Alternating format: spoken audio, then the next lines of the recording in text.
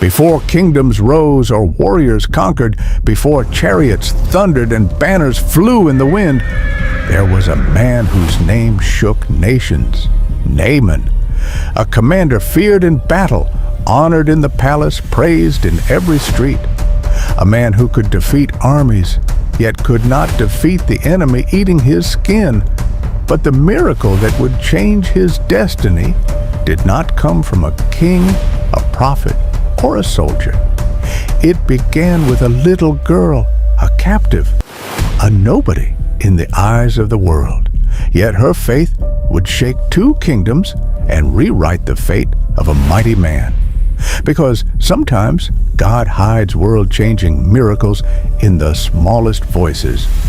And this is the story of the warrior who needed healing, the prophet who refused to come out, and the little girl whose courage became the key to a miracle.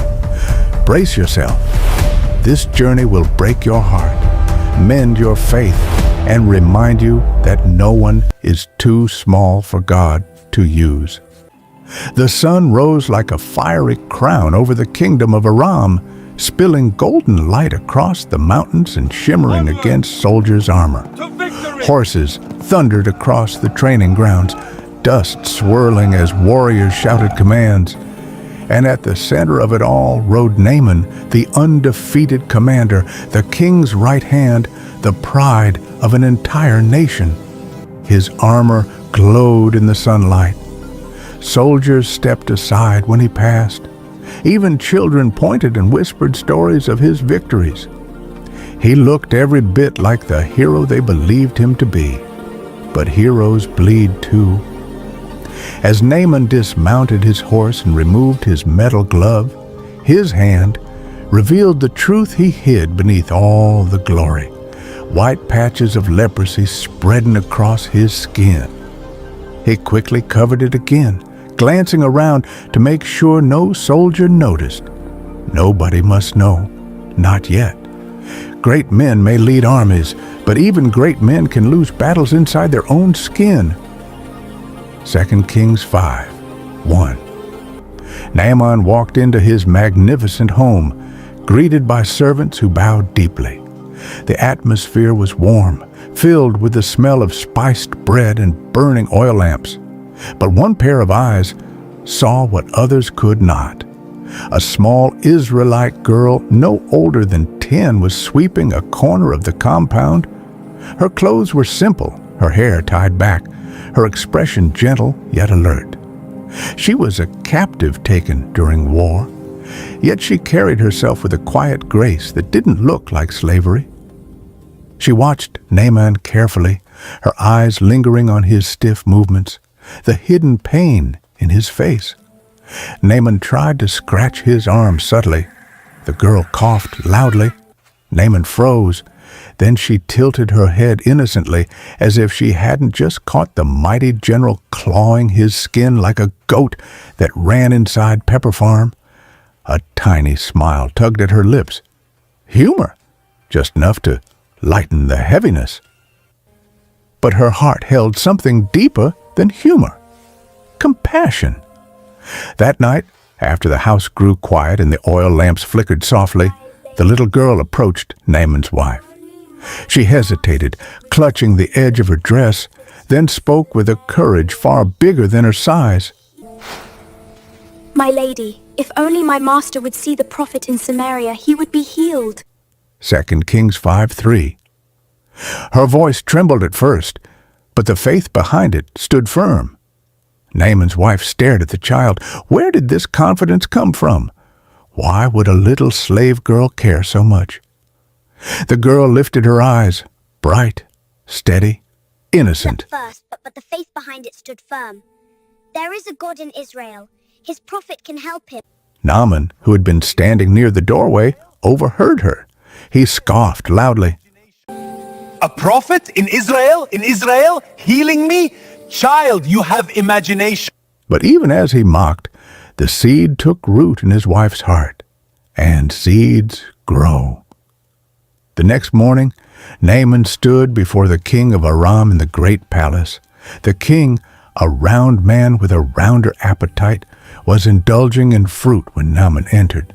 One look at his commander's trembling hand, and the king's expression hardened.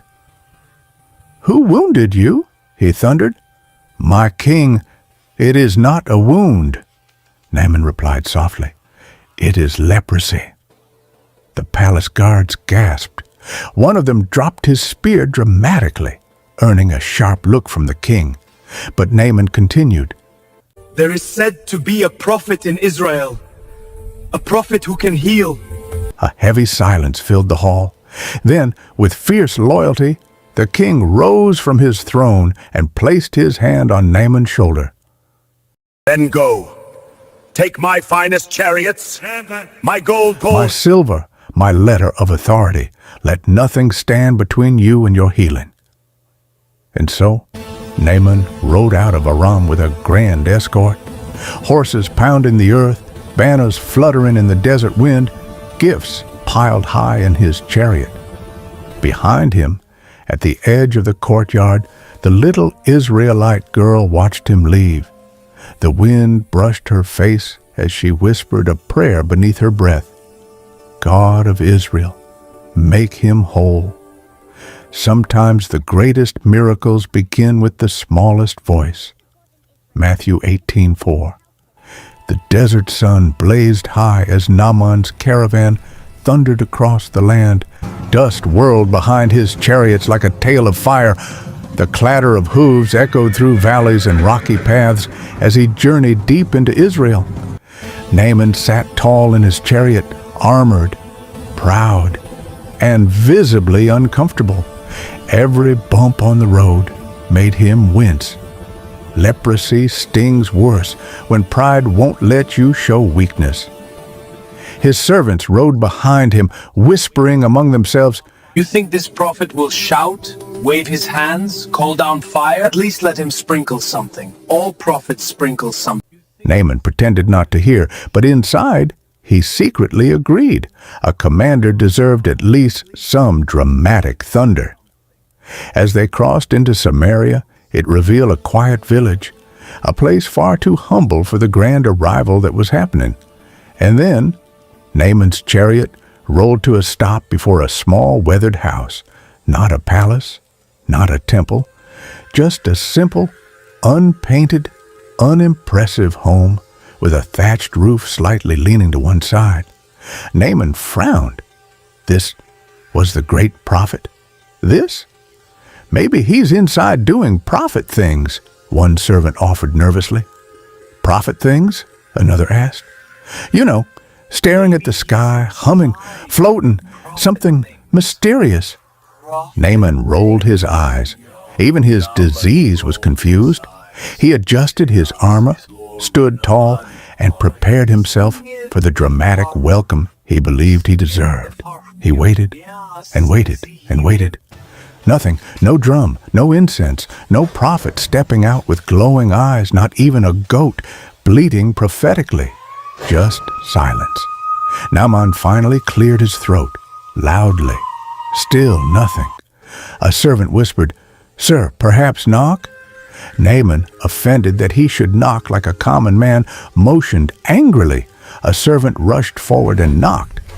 The door creaked open, and out stepped, not Elisha, just a messenger, a young man, dusty feet, simple clothes, not a prophet, not even a prophet's assistant, just a messenger. He bowed slightly and said in the calmest, most casual voice ever, "My master says, go wash yourself in the Jordan River 7 times. Your flesh will be restored and you will be clean." 2 Kings 5:10. Then he shut the door. Just like that, no drama, no prayers, no rituals, no prophet standing outside to at least pretend he cared. Naaman was stunned. Then he exploded. "What?" Naaman roared. Servants scattered like chickens when someone claps near them. Naaman paced up and down, armor clanking, face red with fury. "Does he know who I am? I traveled with chariots, horses, gifts, and he sends a messenger? A messenger?" He threw his hands up dramatically. I expected him to come out! Call on his God! Wave his hand! Be Like a real prophet, he stomped toward his chariot, and wash in the Jordan, that muddy river? Are the rivers of Damascus not better than all the waters in Israel? 2 Kings 5:12. One servant muttered under his breath, "He does have a point. The Jordan looks like it needs healing too." Naaman whirled around. "Mount the chariots. We are going home." But before Naaman could climb into the chariot, two of his bravest servants stepped forward. They bowed low, but their voices were steady and filled with courage that even Naaman respected. "My father," one said gently, "if the prophet had told you to do something great, something difficult, something heroic, wouldn't you have done it?" The words cut deeper than any sword, because they were true. Naaman paused. The servant continued, "Why then not do this simple thing? Wash and be clean." Silence fell. Even the wind seemed to wait. Naaman's shoulders, once rigid with pride, lowered slowly. For the first time in a long time, the mighty commander looked human. Pride stands tall, but healing begins with kneeling. Naaman closed his eyes. He took a deep breath. Then he nodded, a small nod, but heaven noticed it. And so did the servants, who exhaled loudly in relief. The greatest miracles often wait on the other side of obedience. The Jordan River stretched before Naaman like a long ribbon of muddy water, glistening under the afternoon sun. It wasn't pretty. It wasn't impressive. It didn't look holy. Naaman dismounted slowly. His servants held their breath. The birds chirped as if gossiping loudly about him. The mighty commander of Aram, a man who commanded armies, standing before a river that looked like it lost the battle of cleanliness. He clenched his fists. Was this really God's method? No sword swings, no thunder, no divine flash, just water, muddy water. Sometimes God hides healing in places we don't respect. Naaman removed his armor, each metallic piece falling loudly on the ground, his chest plate, his bracers, his helmet. With every piece he dropped, it was as a layer of pride loosened. Finally, he stood bare-chested, vulnerable, human. The patches of leprosy were visible now, white against his bronze skin. The servants looked away respectfully, but Naaman saw their sadness. He stepped closer to the water. A servant whispered silently, "God, help our master." Naaman took his first step into the Jordan River. Water splashed, cold, shockingly cold. It wrapped around his feet, not like a healing stream, but like a test. He walked deeper until the water reached his waist. The sky began to dim slightly. Naaman inhaled deeply. His heart pounded. Dip one. He sank beneath the surface. Murky, unclear, swirling around him.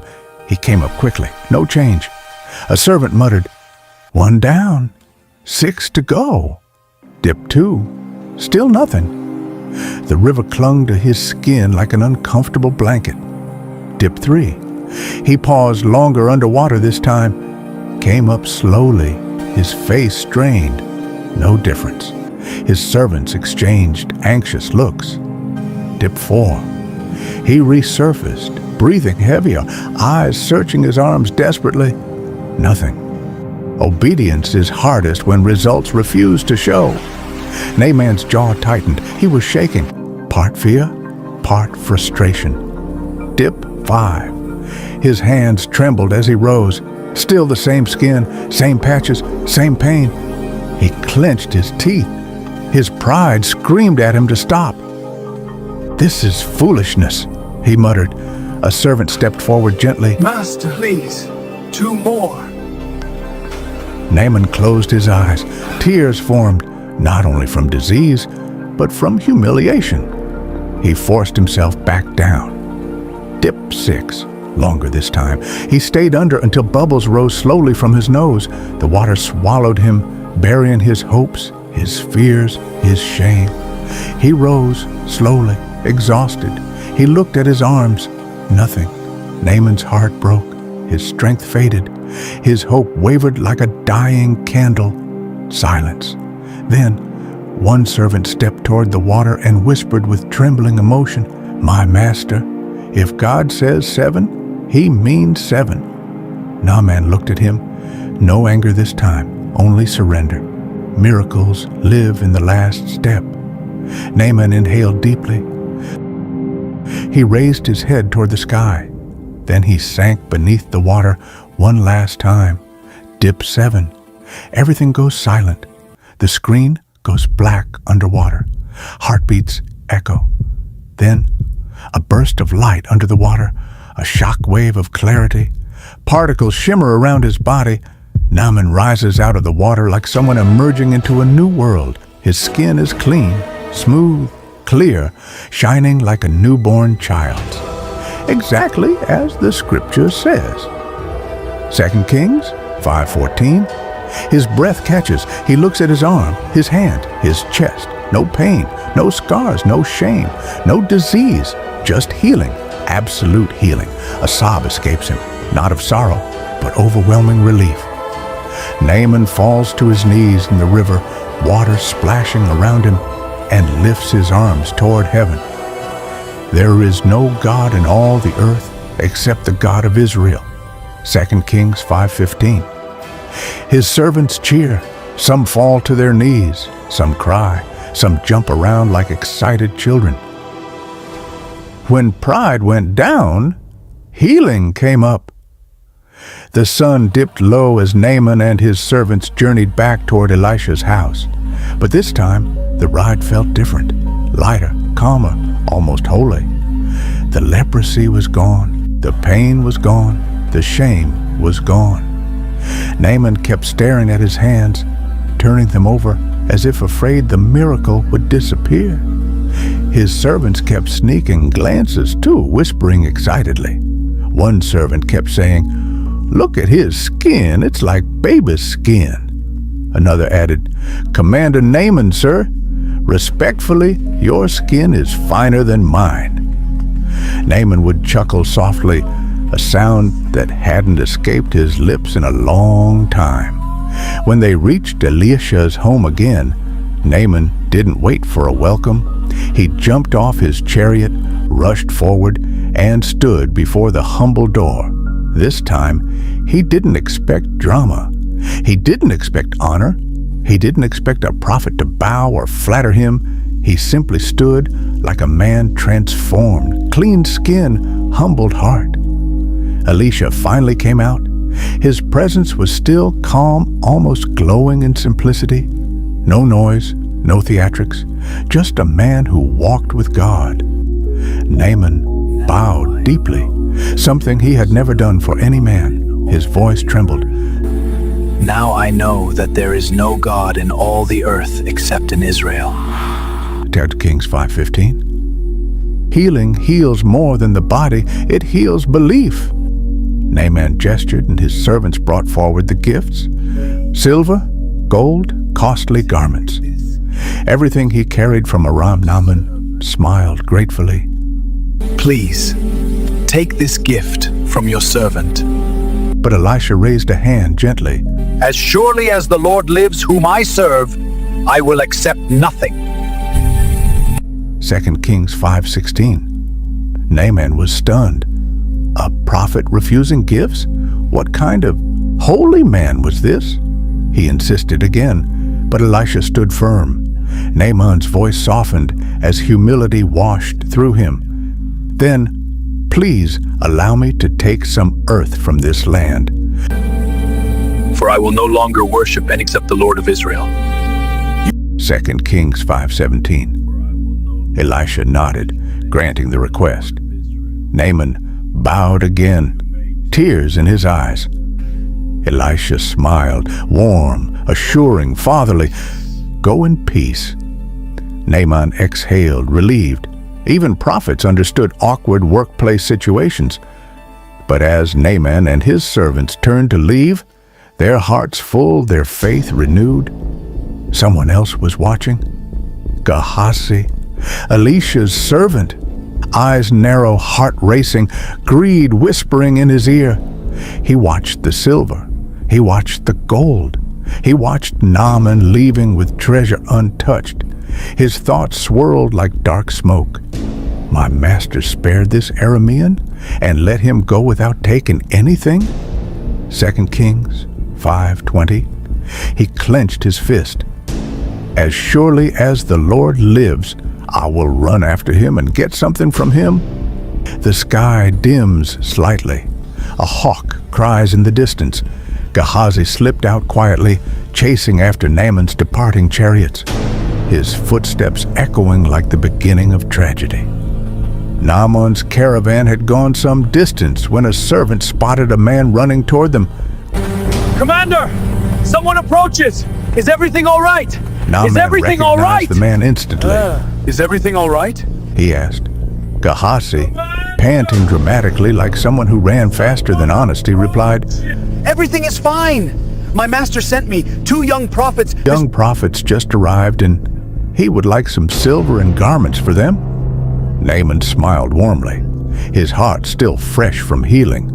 Without hesitation, he said, Of course, please take double. 2 Kings 5:23. He loaded Gehazi with silver and clothes. Gehazi bowed, but his eyes glinted with greed. When Gehazi returned, hiding the treasures in the house, Elisha was waiting for him. Elisha looked at him with prophet eyes, eyes that saw beyond lies. Where have you been, Gehazi? Gehazi swallowed hard. Your servant did not go anywhere. Silence. Then Elisha stepped closer, voice low, heavy. Was not my spirit with you when the man stepped down from his chariot to meet you? 2 Kings 5:26. Gehazi's face drained of color. Elisha continued, Is this the time to take money, or garments, or treasures? For this you have done. The leprosy that clung to Naaman will now cling to you and your descendants. 2 Kings 5:27. A wind rushes through the scene. A sudden brightness flashes, then fades. Gehazi gasps, looking down at his hands, white with leprosy. He stumbles backward with a cry. Greed steals what grace gives. Gehazi runs out of the house, his figure small against the fading evening light. 6 powerful life lessons from Naaman's story 1. God can use anyone, even people the world overlooks. The miracle began through a young captive girl. Never underestimate small voices, small positions, or small beginnings. 2. Your breakthrough is often hidden in simple instructions. Naaman expected something dramatic, but healing came through a simple act. Sometimes the answer you need isn't deep, it's obedience. 3. Pride can block blessings. Humility unlocks miracles. Naaman almost missed his healing because he felt the Jordan River was beneath him. Pride delays what humility could have delivered. 4. Surround yourself with people who can correct you with love. His servants encouraged him gently when his emotions blinded him. Good friends save you from bad decisions. 5. True servants of God don't manipulate or exploit people. Elisha refused Naaman's gifts. He showed that God's power is not for sale. Integrity speaks louder than miracles. 6. Greed destroys what grace gives. Gehazi gained silver, but lost purity. When you chase shortcuts, you lose long-term blessings. Thanks for watching, family. See you soon on our next story. This is the Christian fruit. In the quiet of the desert, I find the voice of the divine.